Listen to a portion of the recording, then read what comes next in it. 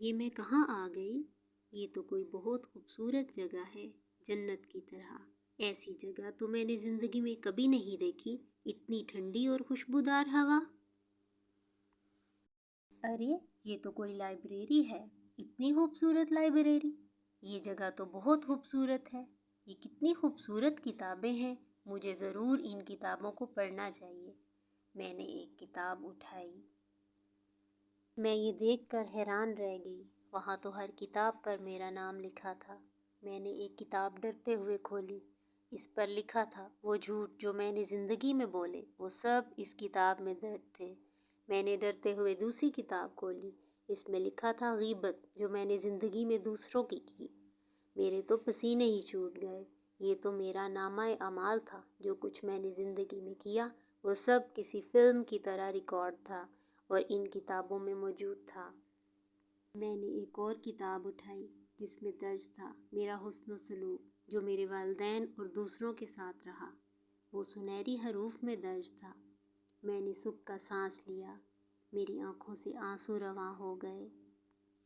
مجھے اللہ رب العزت کی شان دکھائی دی، اس ذات کا انصاف دکھائی دیا۔ وہ ذات جو کل کائنات کا مالک ہے، وہ کبھی اپنے بندے کو تنہا نہیں چھوڑتا۔ ہم دنیا میں جو عمل بھی کرتے ہیں وہ سب اس کی نظر میں موجود ہے، ہماری اچھائی برائی سب کو وہ جانتا ہے۔ مسلمان ہونے کے ناطے ہم پر فرض ہے ہم اپنی زندگی اسلام کے سنہری اصولوں کے مطابق گزاریں، وہ راستہ جو ہمارے پیارے نبی صلی اللہ علیہ وآلہ وسلم نے دکھایا۔ اس راستے پر چل کر ہم دنیا اور آخرت میں کامیابی حاصل کر سکتے ہیں، اور اللہ کی رسی کو مضبوطی سے تھامے رکھو، یہی کامیابی کا راستہ ہے۔ بے شک اسلام وہ دین ہے جو ہمیں روشنی کی طرف لے جاتا ہے۔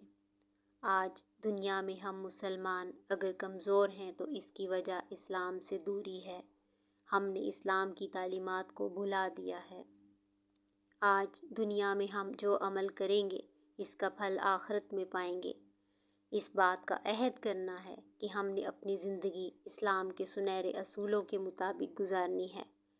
ایسا نہ ہو جب قیامت کے دن ہمارا اعمال نامہ کھلے تو ہمیں اپنے رب کے سامنے شرمندگی ہو۔ بے شک اللہ رب العزت رحمان اور رحیم ہے۔